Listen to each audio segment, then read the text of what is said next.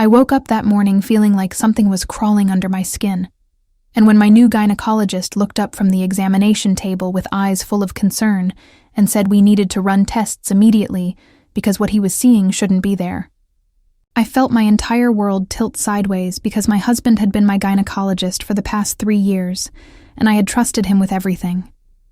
My name is Sarah Mitchell, and I'm 32 years old, living in Portland, Oregon, where the rain seems to wash away secrets, but apparently not the ones living right inside my own home. I met David when I was 26, fresh out of a bad relationship and working as a medical receptionist at the very clinic where he practiced. He was 35 then, confident and charming with those steady hands that seemed to fix everything they touched.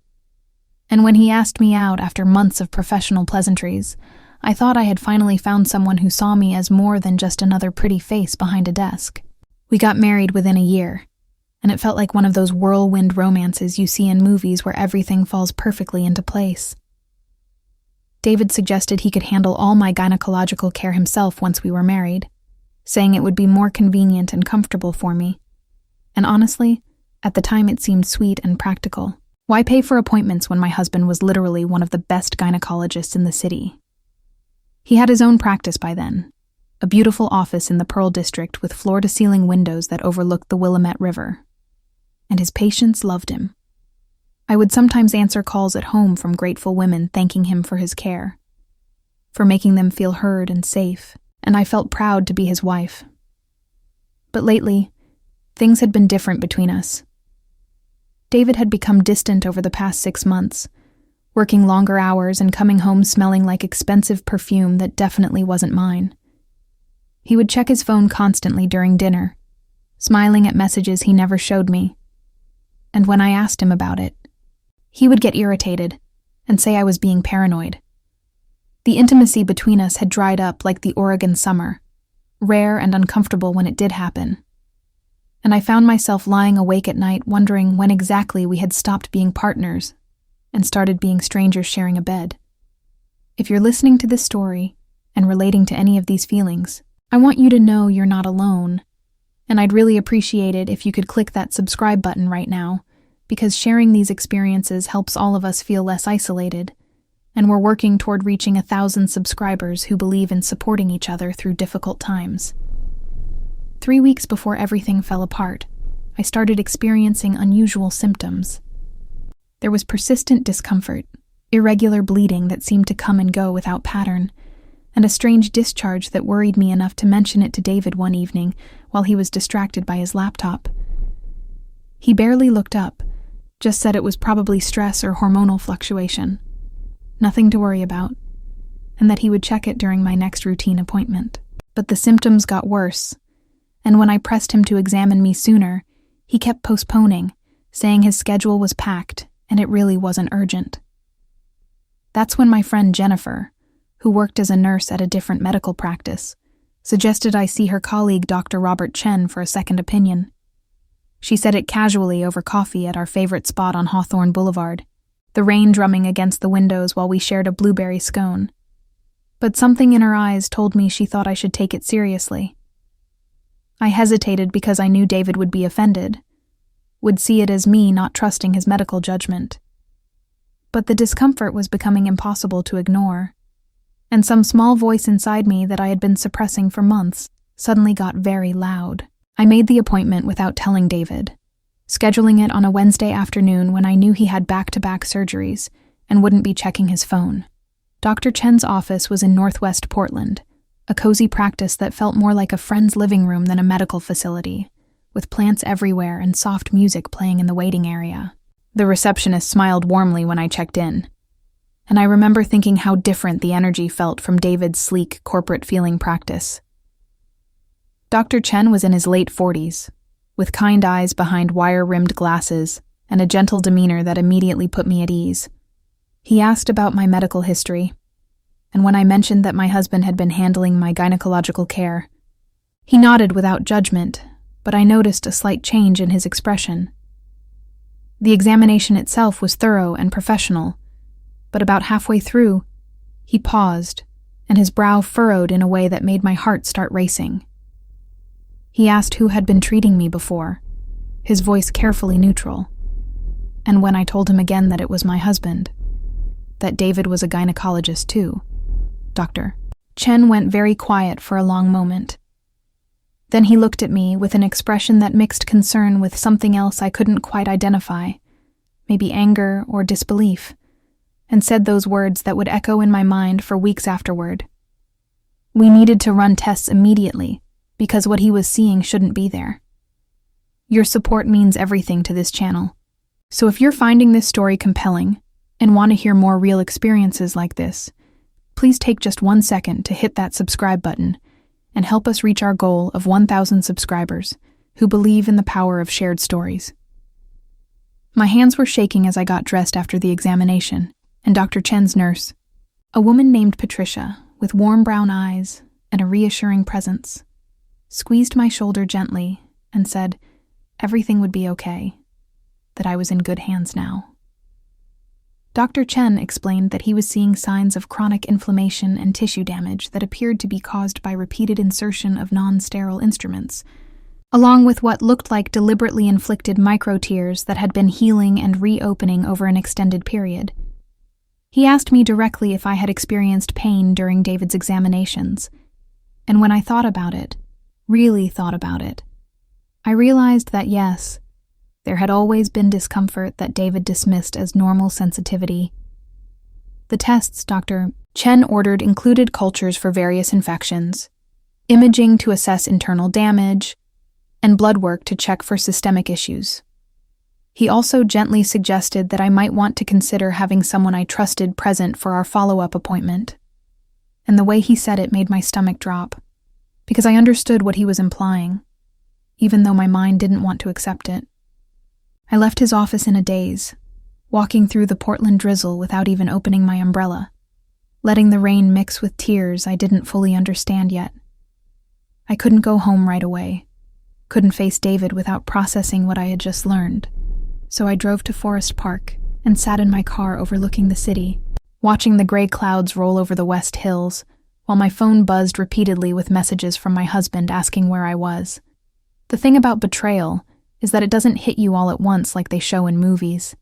It seeps in slowly like groundwater, flooding the foundation of everything you thought was solid, until you realize you've been standing on something that was rotting from the inside all along. When I finally went home that evening, David was in the kitchen making dinner like nothing was wrong, like he hadn't been systematically harming me under the guise of medical care for reasons I still couldn't comprehend. He asked about my day with that charming smile that had once made me feel special, and I heard myself respond with meaningless small talk, while my mind raced through every examination he had ever given me, every time he had dismissed my concerns, every moment I had trusted him completely, because he was my husband and a doctor, and those two things together seemed like they should have been my ultimate protection. The test results came back 5 days later, and Dr. Chen called me personally to discuss them, his voice heavy with a professional sadness that told me everything before he even said the words. I had multiple infections, including one that could lead to infertility if left untreated much longer, significant scarring in my cervical tissue, and evidence of what he carefully termed as non-therapeutic interventions, meaning procedures that served no medical purpose and appeared designed only to cause harm. He said he was obligated to report his findings to the medical board, and strongly recommended I speak with both a lawyer and a therapist. And as he talked, I felt myself fragmenting into pieces that I wasn't sure would ever fit back together the same way. I want to pause here and ask you something important. If this story is resonating with you, if you've ever felt like something was wrong but couldn't quite name it, please subscribe to this channel, because these conversations matter, and your subscription helps us build a community where people can share their truths without shame. And we're so close to reaching that 1,000 subscriber milestone together. That night, I confronted David. I had spent hours rehearsing what I would say, how I would stay calm and demand answers. But the moment I saw him sitting in his leather chair in the living room with a glass of scotch, and that self-satisfied expression he wore when he thought he had everything under control, something inside me snapped. I threw the medical report at him, watched the papers scatter across our expensive hardwood floors that we had picked out together when we were still pretending to be building a life, and I asked him why. Just why? David's face went through several expressions in rapid succession.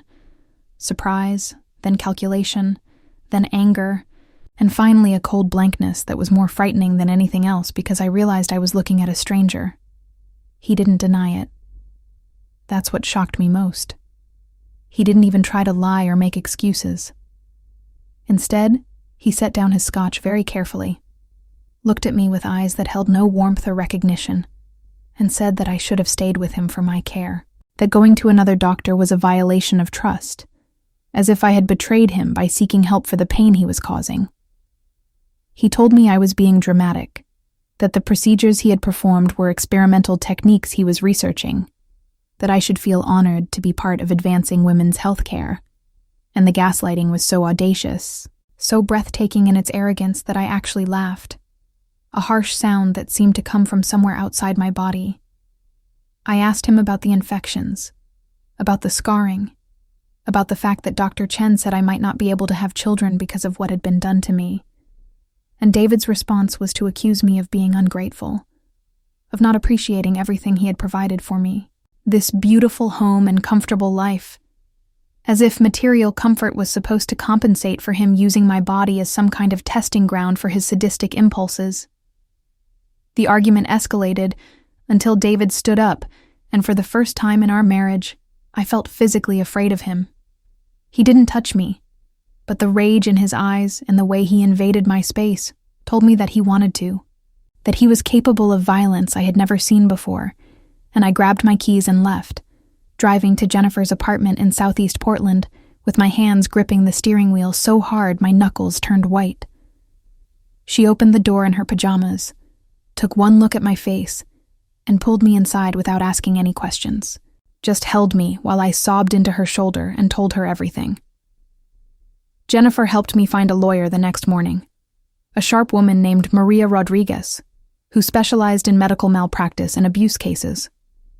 Maria listened to my story with a notepad in front of her and fury in her eyes, making notes in aggressive strokes while I recounted every detail I could remember. She explained that what David had done wasn't just abuse or malpractice. It was criminal assault under the guise of medical treatment, and she was confident we could build a strong case, especially with Dr. Chen's documentation and willingness to testify. She also connected me with a therapist who worked specifically with survivors of intimate partner abuse, because that's what I was, a survivor, even though it took me weeks to be able to use that word about myself. If you're still with me in this story, I'm grateful, and I hope you'll show that support by clicking subscribe, because it really does make a difference to know that people care about these experiences and want to create spaces where we can talk about difficult truths. And every subscription brings us closer to our goal of building a community of 1,000 people who believe survivors matter. The investigation that followed was brutal in ways I couldn't have anticipated. The medical board launched a formal inquiry into David's practice, and once the floodgates opened, 3 other women came forward with similar experiences. They had all been his patients, though not his wife, and their stories were horrifyingly consistent. Unnecessary, painful procedures, dismissal of their concerns, infections and complications that David had attributed to their own poor hygiene or failure to follow instructions. One woman, Angela, had been rendered infertile by his treatments and had spent years believing it was her own fault, that her body had somehow failed her, when really it was David who had systematically destroyed her reproductive system. David hired an expensive defense team and went on the offensive, trying to paint me as a mentally unstable wife seeking revenge for infidelity, which was rich considering the evidence that emerged during discovery, showing he had indeed been having an affair with one of his medical sales representatives for over a year. His lawyers subpoenaed my mental health records, tried to twist my therapy sessions into evidence of instability, and leaked information to the press that painted me as a scorned woman making false allegations. The Portland media had a field day with it, splashing our faces across local news with headlines about the doctor accused of abusing his wife, and I couldn't go to the grocery store without people staring and whispering. The hardest part wasn't the public scrutiny or even the legal battles, though those were exhausting enough. The hardest part was reconstructing my understanding of my own life, and recognizing how many signs I had missed or rationalized away. I found journals I had kept during our marriage, entries where I had written about feeling uncomfortable during examinations, but then convinced myself I was being silly, that David knew best, that love meant trusting your partner completely.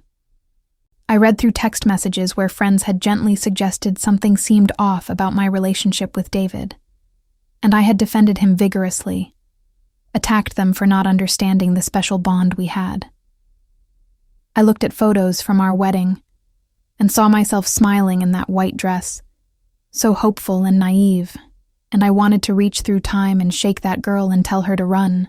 My therapist, Dr. Melanie Park, helped me understand that what David had done was a profound violation that combined several types of abuse: intimate partner violence, medical abuse, and a betrayal of professional ethics that most people couldn't even conceptualize.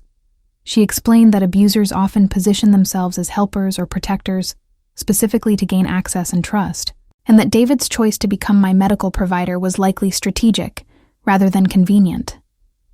In our sessions, which took place in her calming office filled with succulents and natural light, she helped me work through the shame I felt for not recognizing the abuse sooner, for staying in the marriage, for trusting him with my body and my health. The criminal trial started 8 months after my appointment with Dr. Chen, in the middle of a Portland winter where the rain felt particularly relentless. The courthouse downtown was one of those imposing buildings with marble columns and high ceilings that echo with footsteps.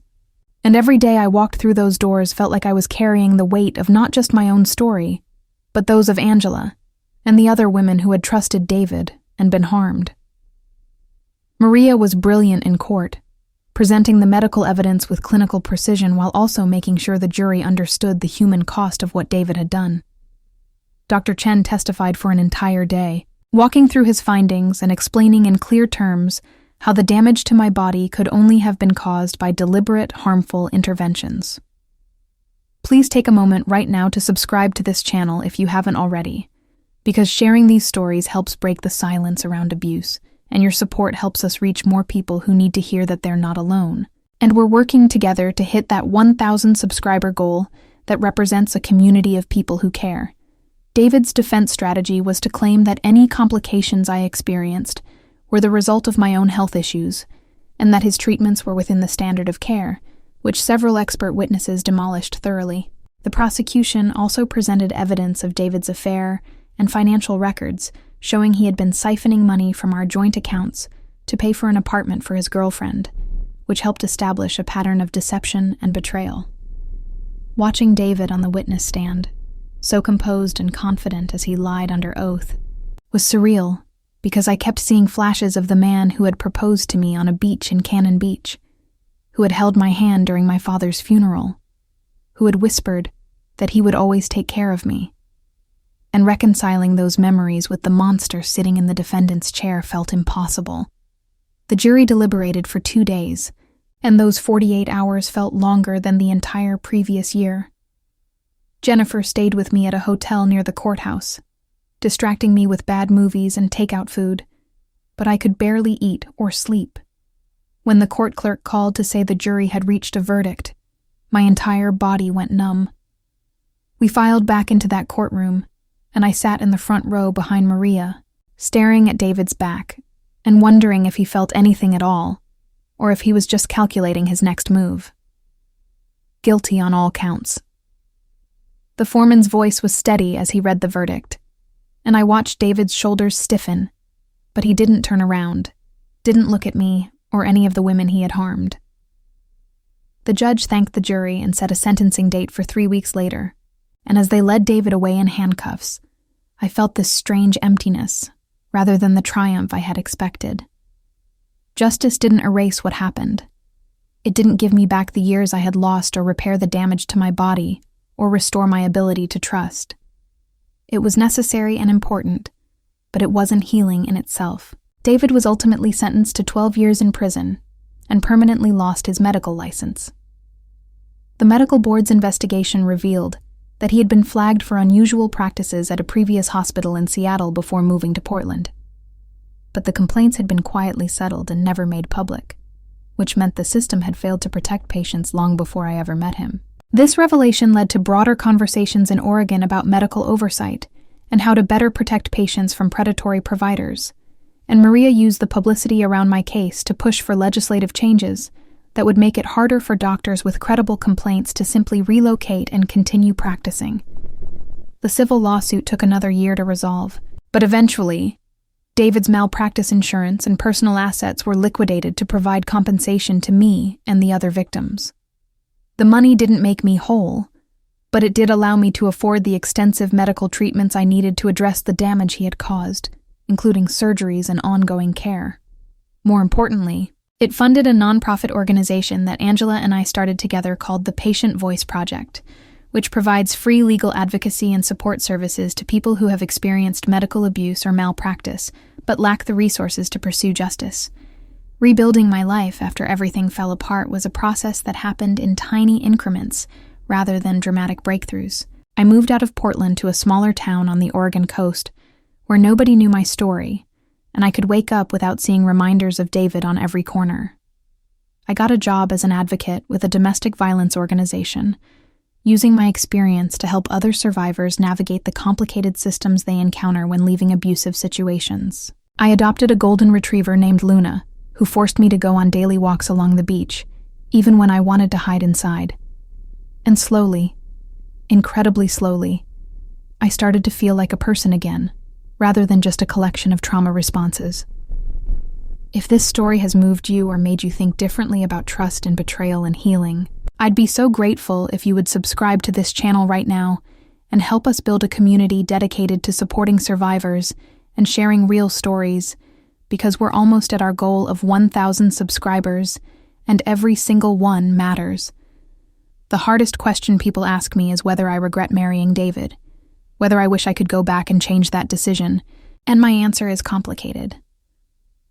Of course, I wish I hadn't been hurt, hadn't lost years of my life to someone who was actively harming me under the guise of love and care.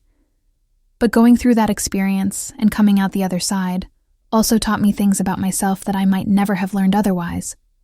I learned that I'm stronger than I ever imagined, that I can survive things that once would have destroyed me completely. I learned how to ask for help, how to accept support from others, how to sit with discomfort and fear without letting them control me. I also learned to trust my instincts again. That small voice inside that tells you something isn't right even when you can't articulate exactly what's wrong. For so long I had silenced that voice, dismissed it as anxiety or paranoia or me being difficult. But that voice was trying to protect me, and I had been taught by society and by David himself not to listen to it. Now I pay attention when something feels off, when someone's words don't match their actions, when I feel uncomfortable in ways I can't immediately explain. That intuition is a gift, and ignoring it is how many of us end up in dangerous situations. My relationship with my body has been one of the most challenging things to repair.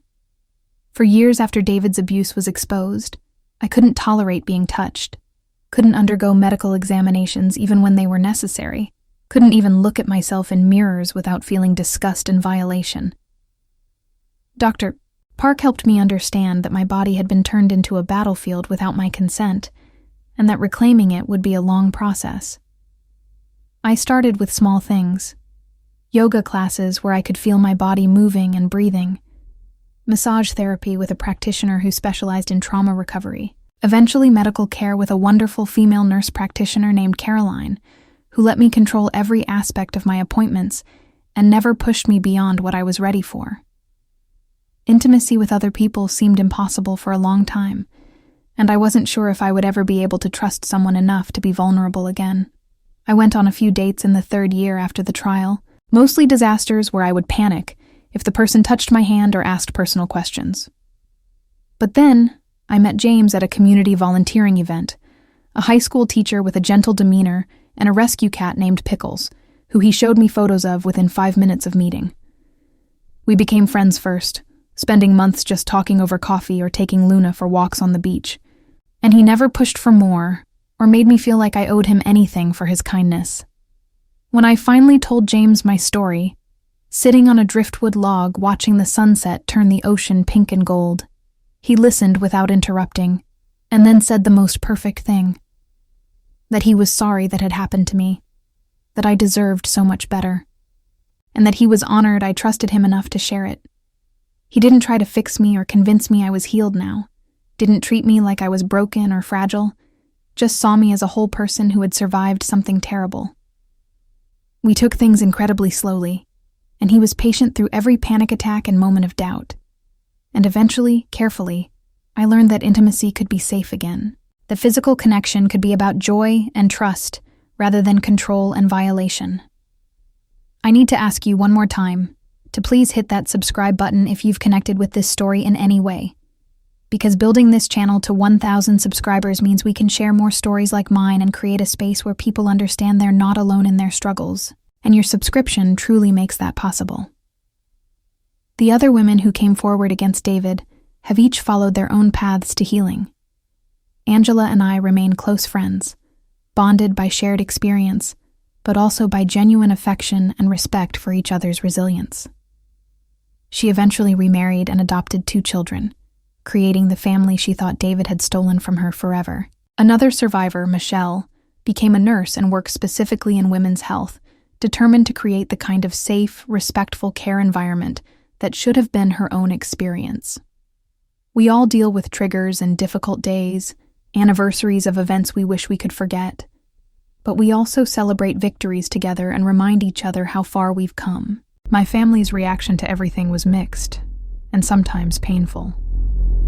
My mother struggled to understand how I hadn't known what David was doing, kept asking questions that implied I should have recognized the abuse sooner, and our relationship became strained before she finally went to therapy herself and learned about how abuse works and why victims don't always recognize or escape it immediately. My younger brother was unconditionally supportive from the beginning, showing up at court every single day and taking time off work to help me move and rebuild my life.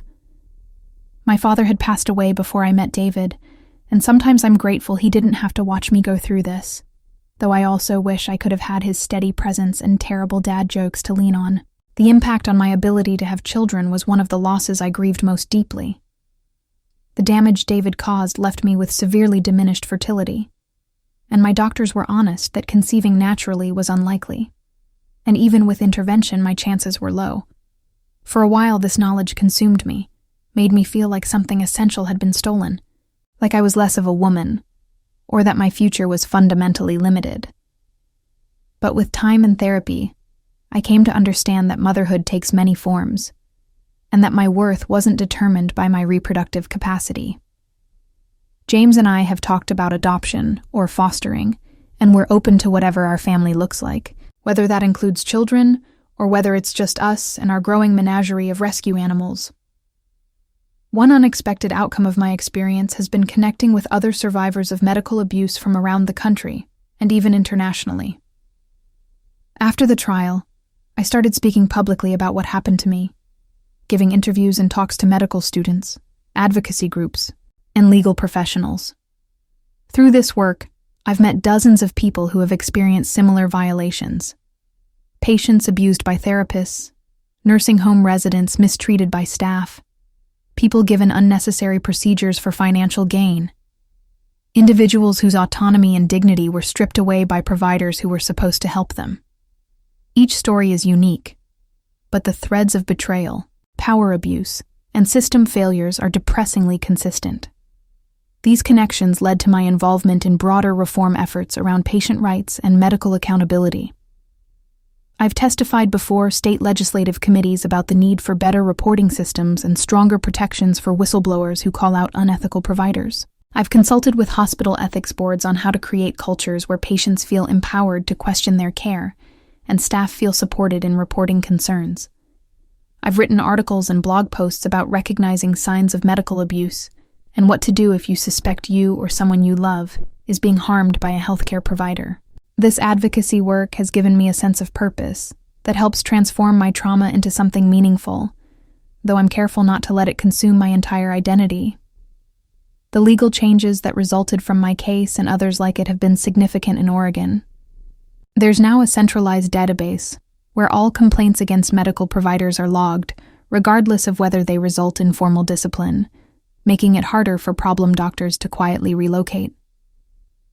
Patients have stronger rights to access their complete medical records and to have support people present during intimate examinations. Medical schools in the state have added specific curriculum around recognizing and preventing provider abuse of patients. These changes won't prevent every case of harm, but they create more safeguards and make it slightly harder for predatory providers to operate with impunity. Take just 10 seconds right now to click that subscribe button and join our growing community, because we're building something important here, where people can share authentic experiences and support each other, and your subscription helps us reach that goal of 1,000 people who believe these conversations matter.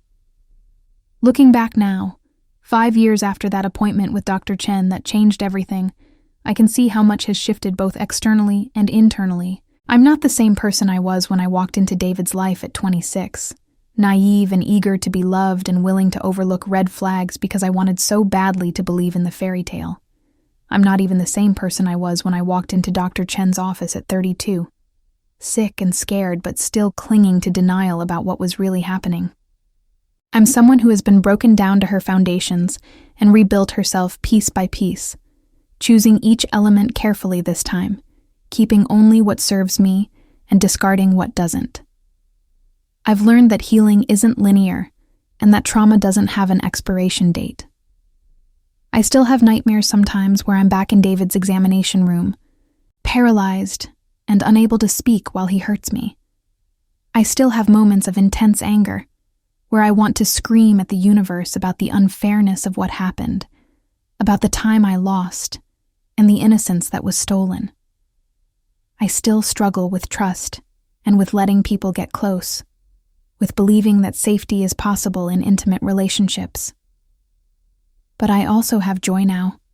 Genuine lightness and laughter and hope that I couldn't have imagined during the darkest periods of my recovery. The work I do with the Patient Voice Project brings me into contact with people at various stages of their own healing journeys, and I try to offer them what I needed most during my own experience: validation, practical support, and the steady reminder that what happened wasn't their fault, and that they deserve justice and care. Some days this work is incredibly fulfilling, watching someone find their voice and strength and move toward reclaiming their life. Other days it's exhausting and triggering, leaving me depleted and wondering if I've taken on too much. Finding balance has been an ongoing challenge, learning when to lean in and when to step back and protect my own well-being. James and I got married last spring in a small ceremony on the beach with just close friends and family present.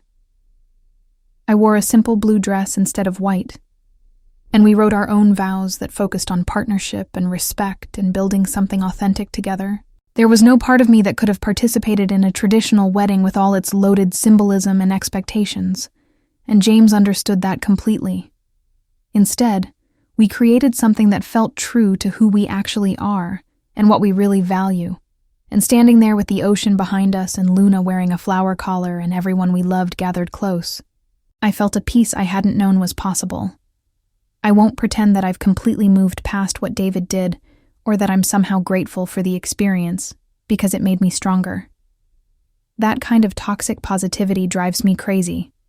This idea that we should be thankful for our traumas, because they taught us lessons. I would give anything to not have gone through what I did, to have those years back, to have my body intact and my sense of safety preserved. But since I can't change the past, I've chosen to find meaning in how I move forward, to use what I learned to hopefully prevent others from experiencing similar harm, to build a life that feels authentic and purposeful rather than just surviving. The relationship I have with my body now is complicated, but improving. I've gone through phases of punishing it with excessive exercise, numbing it with food or alcohol, abandoning it entirely by ignoring its signals and needs. Slowly, I'm learning to inhabit it again, to listen to what it tells me, to care for it with gentleness rather than contempt. I work with a somatic therapist now, who helps me process trauma that lives in my muscles and nervous system rather than just my conscious mind, and that work has been transformative in ways talk therapy alone couldn't achieve. I'm learning that my body isn't my enemy or a source of shame, but rather an incredible organism that survived something terrible and kept functioning, despite everything it endured. One question I get asked frequently is whether I've forgiven David. And my answer is that forgiveness isn't something I owe him, or even something I'm particularly interested in pursuing. Forgiveness culture often places the burden on victims to absolve their abusers, as if that's necessary for healing. But I've found that to be false. What I've needed instead is to accept what happened, to fully metabolize the reality of it without minimizing or rationalizing, and then to release the hold it has on my present and future. That's different from forgiveness, which implies David deserves or needs my absolution. He doesn't. What he did was unforgivable, and I'm allowed to hold that truth while still moving forward with my life. Before I close this story, I want to take one final moment to ask you to subscribe to this channel if you haven't already, because we're so close to reaching 1,000 subscribers, and that milestone represents building a real community of people who support survivors and believe in the power of shared stories, and clicking that button takes just a second, but means everything to growing this space we're creating together. David will be in prison for several more years, and I have no intention of ever speaking to him or seeing him again. I wrote him one letter about a year after the trial, not because I thought it would change anything, but because I needed to articulate certain things for my own closure. I told him about the life I was building without him, about the work I was doing to help others avoid what I experienced, about the fact that he failed to destroy me, even though that seemed to be his intention. I never sent it. Writing it was enough. The letter sits in a box in my closet, along with other artifacts from that period of my life. Things I keep not because I want to remember, but because pretending they didn't exist would be its own form of erasure. My advice to anyone who resonates with elements of my story is this: trust yourself. If something feels wrong, it probably is, even if you can't articulate exactly why, or even if the person causing harm is someone you love or someone in a position of authority. Your instincts exist to protect you, and ignoring them to be polite or to avoid conflict or because you think you're being paranoid is dangerous. Seek second opinions. Build a support network of people who will believe you and advocate for you. Document everything. And know that leaving or speaking up about abuse doesn't make you disloyal or dramatic or difficult. It makes you someone who values their own well-being enough to protect it. If you're currently in a situation where you suspect medical abuse or any form of intimate partner violence, please reach out for help. Contact a domestic violence hotline. Speak with a healthcare provider you trust. Connect with legal advocacy services in your area. You deserve care that feels safe and respectful. You deserve relationships built on genuine partnership rather than control. You deserve to have your concerns taken seriously and your autonomy respected.